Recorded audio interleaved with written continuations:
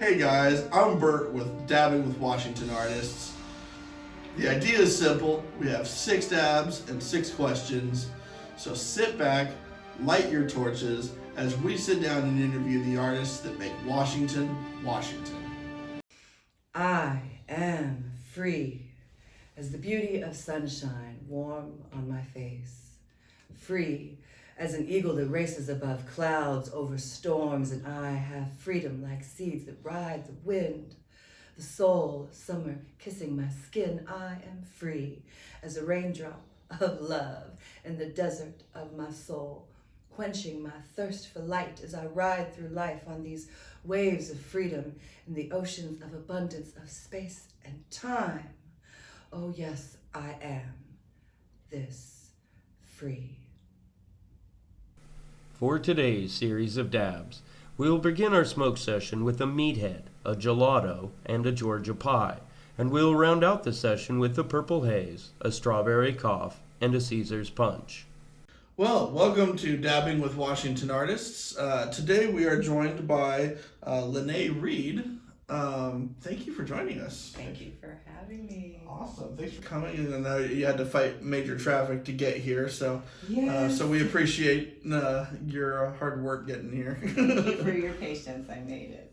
All right. Well, so for our first dab of the day, we're going to be starting with a meathead. It's a diamond caviar, and I'm going to give you a moment here to actually take a look at it here. But starting it out with the pretty diamonds today. Yeah. I can smell the terps in there. Meathead is a hard-hitting indica dominant hybrid known for its pungent smell of diesel and pepper and its intense body high. We picked up a gram of these saucy diamonds at a shop on 172nd Avenue in Marysville.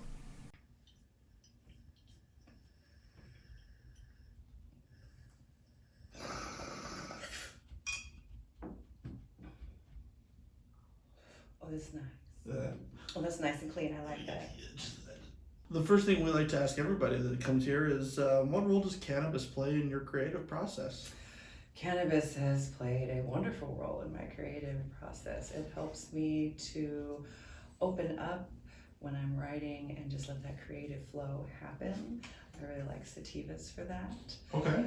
So yeah, cannabis has really helped me in that way, and it just makes you feel connected to whatever you're creating. So if I'm painting, it just feels like it opens up. Do you find that, you said you like sativas, but do you find that different strains can shift or alter like your flow? Yes. So just depending on what you've got on hand? Or... Well, if I'm trying to tap in and be calmer and like really connect, then you want more of an indica because it gives you that more relaxed feeling. Sure. And then the sativa I really like for writing. So for our second one there, we've got a gelato. Oh, that's sweet. Yeah. That's nice.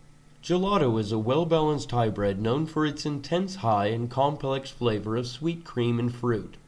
We picked up a gram of these saucy diamonds at a dispensary on Evergreen Way in Everett.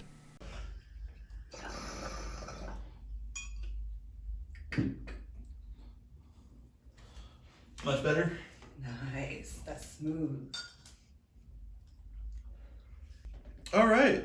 So our second question we like to ask everyone is, how has living in Washington influenced your artistic process? Living in Washington is just the best place in the whole country. Isn't it? Yes, I have this deep belief that that started growing up on Fort Lewis. Actually, I was a military brat. Okay. That when you just live looking at a mountain with the lake there and the streams there and the tree, it affects you differently. It has to. I never get tired of looking at it. Never get tired. The best station on TV is out the window in Washington. Oh, Definitely. that's awesome. Right? There's this place in downtown Olympia on the bay that's my favorite place in the world. If you know a map of Washington, right at the bottom, that's where it is, that part of the water. And it looks over the Olympics, and where the water is always a different level. The clouds are always different. The fog, you can see the mountains, you can't, and it's just my favorite place in the whole world. So yeah, it's definitely affected me. And I've written lots of poems about Washington as well. Do you usually, when you're writing poems about Washington, does it usually start out that way, like as your intent, or does it kind of just, oh, you happen to have been looking at the mountains and all of a sudden something clicks and you're... Okay, so like I gotta do a short poem. Should I just do that now? Yeah, absolutely. Okay, here we go. Absolutely. I feel divine when I smell pine. Stand and look at one needle from one tree, and I wonder, how could this burn up and destroy me? How does a little cone grow up to fall, take down a grid in seconds, step station and all? Now I've been to the canopy. Yeah, I know the roots. They intertwine and connect. As an owl hoots, this needle, it claims to be a whole tree here in my hand. This little speck says, I am the mighty Douglas. This is my land. Now that... Right? I believe this cone holds more than seeds. I possess a whole forest that needs not me. As I... Oh, I'm stoned. There you go. That's enough of the poem. You can find that poem. That was impressive that you got that part through it. But that is legitimately Washington the poem. That's Washington the poem. Yeah. It's in my book, Universal State of Mind. Oh, that's Evergreen awesome. State of Mind. Yeah, it was just sitting in the forest and like, wow, this is so beautiful. So, oh man, this one has made its return. This one, be careful. This one gives munchies. Uh-oh. Yeah, we've fallen into this one's trap before. This is Georgia pie. Georgia pie. It had to be Georgia pie again. I think that was my fault though. Oh yeah, I smell the indica. We like that one. That's nice. But all sitting around eating cheesecake after a little while. Georgia Pie is a sativa dominant hybrid known for its distinct taste and smell of fresh baked cobbler. Known for its more indica-like head and body high, this strain commonly leaves the smokers with a floating effect. We scored a gram of this batter at a shop in Marysville.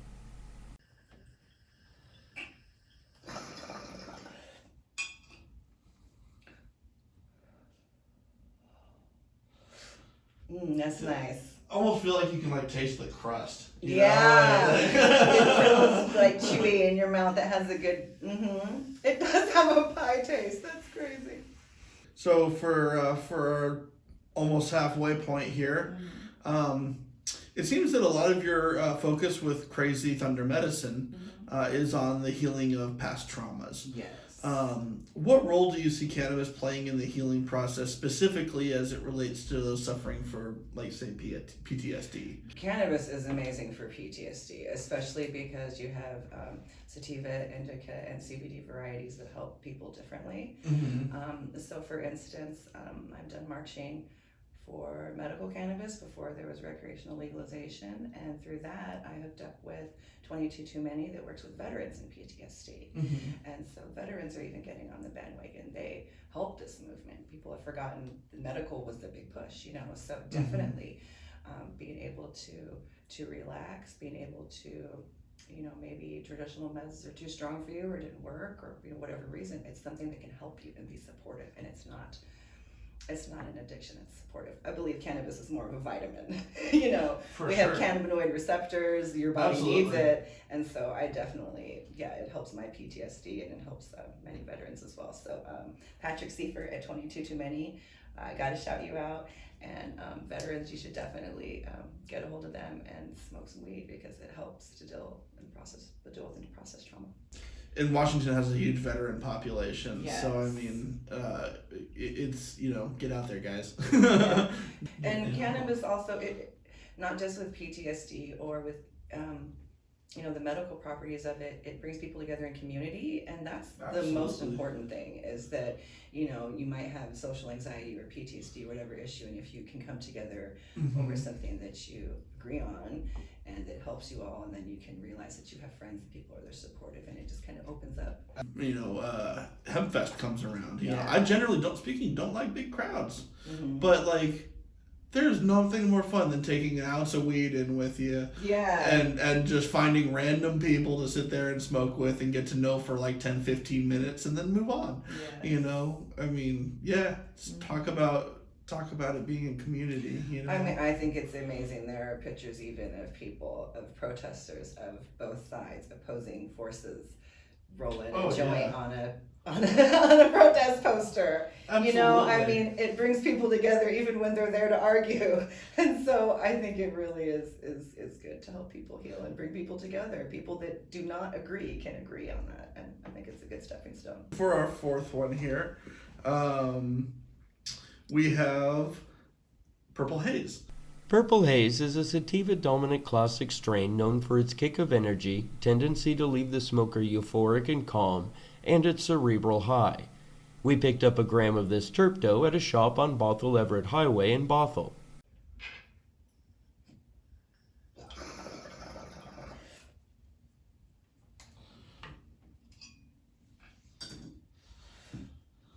Oh yeah, that tastes old school. So we've got this Purple Haze going. So it kind of related to the question a little bit, which is why I had to. Your poem "Temple of Cannabis" Yes. is an homage to the cannabis plant and its culture. Yes. And you use the line "We resurrect revolutions." Yes. Post legalization, what cultural or social revolutions do you see cannabis playing an active role in resurrecting, and why? Good question.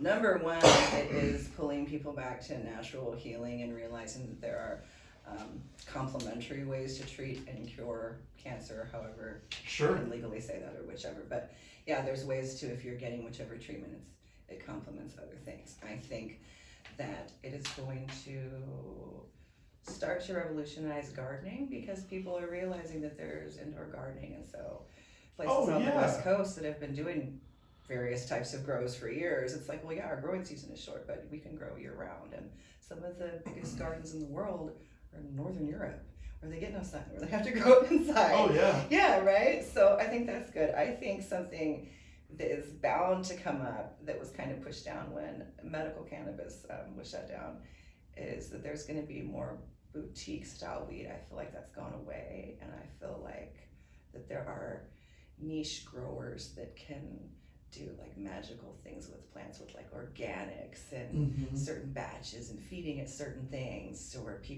because people love this plant and people care about this plant. Absolutely. And so it's not the same thing as, oh yeah, we grow potatoes, we're growing, I grow garlic, that's great, but I don't baby it like I would.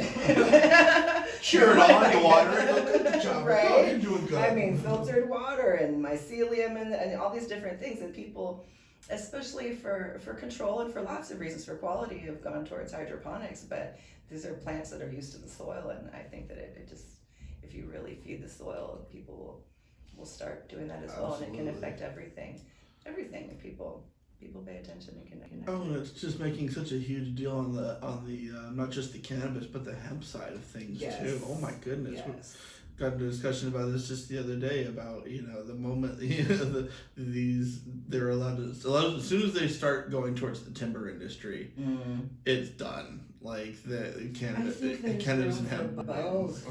There's room for both. Oh, for sure. There's always been room for both. Absolutely, and there's going to be some stuff that wood is just always going to be better for. But I think cannabis is really intersectional. For instance, going from cannabis and talking about hemp. A very prominent indigenous activist, Winona LaDuke, is, I believe, growing hemp or working on growing hemp for their tribe out in the Dakotas. Oh, that's and cool. So we're bringing sustainable farming into indigenous communities. We're bringing, textiles. We're all these different ways that we can improve our lives. For instance, right now they're fighting against like pipelines and all these different problems going through native reservations, but we can not rely so much on gas and all this kind of infrastructure if we go back to things that are green, and that's what hippie stoners about, right? Stuff that's green. Stuff is green. So if we can go towards hemp oil, hemp plastics, many different things, and it's not just smoking weed. And Biodegradable hemp plastic or something like that. Yes. That's the earth needs right now. That's biodegrades in 90 days, no CO2 emitted, makes dirt beautiful. Yeah. Absolutely. That's what we need more of. We need more hemp in everything. Hemp, cannabis. Getting closer to the end here. So for number 5, we have a strawberry cough. That's one of my favorites. Strawberry cough is a sativa-dominant strain known for its cerebral and euphoric high that lingers for hours, and its rich berry and skunk taste. We picked up a gram of this wax at a shop on 88th Avenue in Capitol Hill. Oh, that tastes lit. That's my favorite tasting one. Thank you. That was a good choice. Modern poetry, post 60s or 70s, or the Ginsberg Howell era, has drifted away from social activism or topics related to social justice. What role do you hope to see poetry play in activism and social justice issues? Poetry is on the front lines of activism and social justice issues, number one. There you go. Slam poetry is popping up all over the country in major cities and is bringing in voices of many people to speak about all different types of issues. I have opened the Seattle Women's March, I've closed the Olympia Women's March, I've spoken at lots of marches about unity and feminism and weed and everything. Mm-hmm. So I think that poetry is a beautiful way for people to find their voice and become part of art when like they're not a singer, they don't feel artistic, and it's like you can say what you want to say and say it with passion and condense it and do it. And so I feel like poets are coming out of all these movements that even weren't before, and they're like, I got something to say, and I wrote it down, and somebody goes, come here kid, let me get that in 3 minutes, you should come to my slam. And then you got Nikita Oliver, mayor. She's gonna be mayor one day. That's awesome. I hope she will. Hi Nikita. Yeah, she came up through slam. She was slam master of Seattle a long time ago. Gosh. And so yeah, activism and poetry definitely go together, and I think that it will continue to do so. And you think there's kind of a renewed interest and vigor in poetry in America? Yes, I do. I think slam has had a lot to do with that, making it accessible. I think that the youth poet laureate that spoke at the inauguration, I think that gave more voice to it. I think Beyonce having Worcestershire and Lemonade, that brought, so there's so many different ways that we're bringing it up and bring like a new resurgence to it. And I think that it is a beautiful crossroads between rap and academia, that there's this new like voice that has passion and can speak and tell you what it's talking about, and it's Absolutely. like that isn't, maybe people aren't too into rap or people aren't into going to readings, but Sure. they're like, what's the poetry slam? Oh, that was cool, do you want to go? And so it's a good way to have community, and I think that a lot of activism meets there. I know in the different slams I've been to have always been inclusive and diverse. I've had people of color, LGBTQ, women, consent clauses in their opening spiels, all kinds of stuff like that. So I think it's a really good place for activism and arts and weed and everything to come together, because we all smoke weed out in the alley. Doing sense. So, for our last one here, we have Caesar's Punch.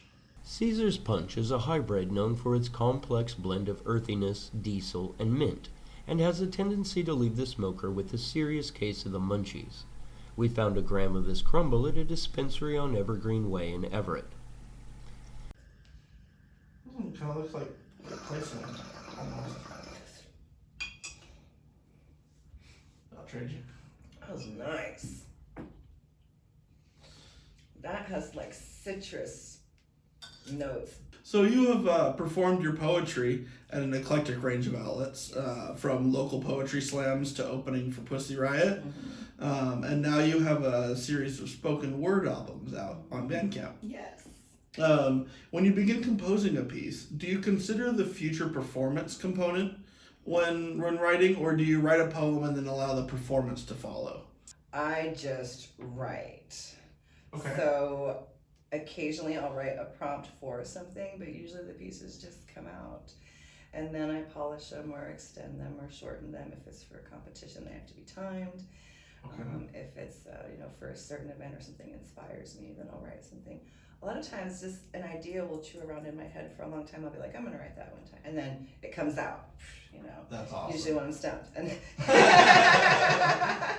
Like, tell me about these competitions now, because I've never been to like a slam competition. How do those run? What are the PSI International Poetry Slams. The closest ones we have are in Seattle and Portland. They're all over the country.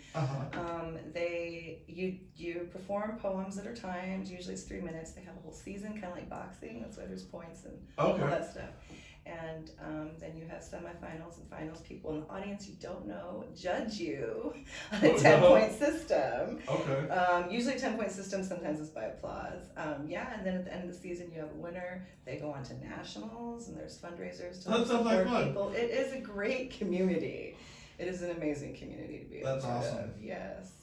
And so, do you ever think about them ahead of time for these competitions? And how is that different? Oh, I mean, in competition, you got to figure out where you're going, who you're competing against, have a bunch of pieces ready. It's completely different than just going and doing a show or a performance or a feature.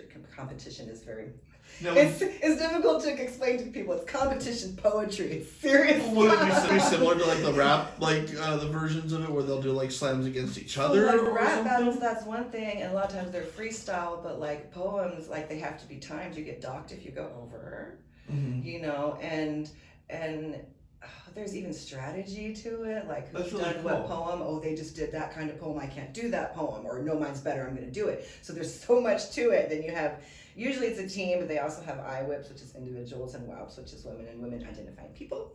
And you know, so there's all different crowds and groups that you can be a part of, either individually or as a group. And there's the Bigfoot Slam. I think that's going to be online. Portland hosts the Bigfoot Slam for the West Coast. So there's all kinds of poetry events. We need audience members, so if you've never been to a poetry slam, go to one online. There's all kinds of shows on Zoom right now. You can check them out. That sounds like fun. Yes. Yeah, I'll definitely I'll check one of those out. That You'll sounds hear like a good about time. everything from everyone, and it's a beautiful community. That's awesome. Yeah. Hey guys, thank you so much for watching. Remember to hit like or follow and share with your friends. Bye.